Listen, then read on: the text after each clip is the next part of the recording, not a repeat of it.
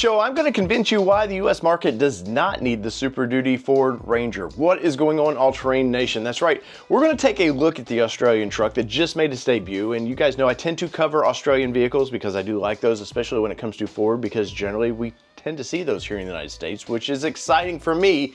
It's probably exciting for you. But before we get into this, go ahead and smash that like button for me. I greatly appreciate that. You got to leave some comments too, man. I need to know, you guys kind of guide the pirate ship here. And so when you leave me a comment, I do read every one of them.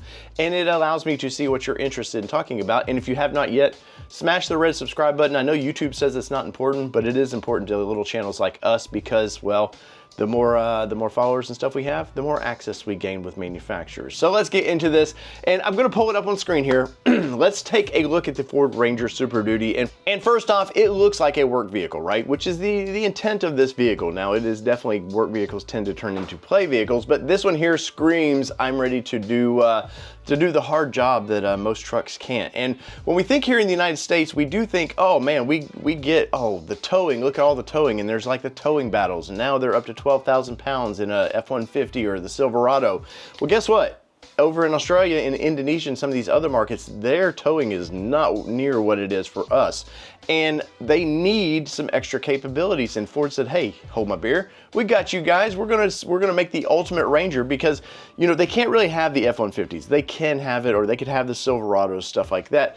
But in some territories, some markets in Australia and like Indonesia especially, it's just not practical because the vehicles are just too big anymore.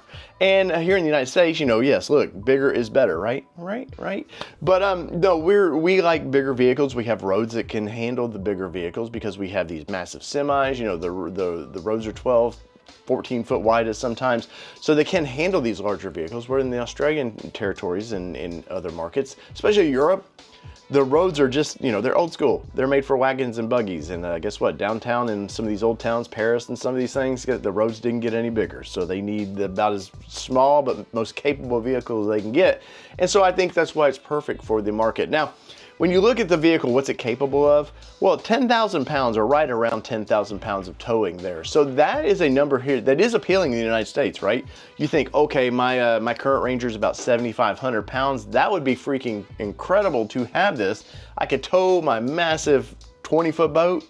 Not safely, I wouldn't think. But here in the United States, we have the full-size trucks. And like I said earlier, when you can get 12,000 pounds of towing in the full-size trucks, and guess what, price-wise, they're pretty similar anymore. The midsize is generally more people want to put it in their garage than it is people that just need the biggest, most powerful vehicle. But when I look at this thing, you know, you're getting 33-inch tires, which is a big deal for this truck. You're getting the big 12-inch screen. A lot of the things that it seems like the Ranger Raptor has already, you're getting now in this truck, but you're also getting more capabilities. And I mean a lot more capabilities, though I don't think I would want to jump this in through the dunes. You're going to get a snorkel. And as Ford claims, and I've said it for a long, long time, snorkels are not about crossing water.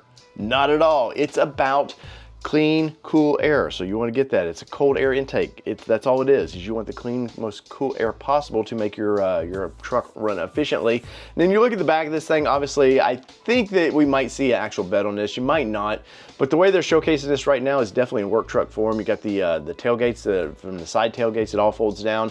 You know, I can see contractors in maybe Australia needing a vehicle like this. Hey, we're tired of, you know, we have to have these little trailers and all this stuff when I don't maybe need it. Maybe I just needed the pickup truck that can haul a heavy load, and that's all I need.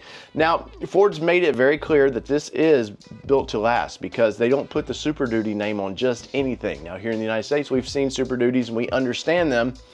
And just like when Australia got the Ford Ranger Raptor first, and we all in America was like, please bring it here, bring it here. They wanted Super Duty capabilities for a long time, and now they're going to start to get those capabilities. And when I look at this truck overall, of course, you know, it's going to be a pricey vehicle. Pricing's not out that I've seen just yet on this, but you know it's going to be pricey, and of course it's built for these markets, not for the US market. And I know as soon as it came here in the United States, people were going, why is this truck $65,000? Why is this truck $75,000? And when I can get the F-150 for $40,000? Remember, guys, they don't get the big trucks overseas. We do here in the United States, and I think we have to look at that. And as I wind this one down, we look at the overall idea of this truck.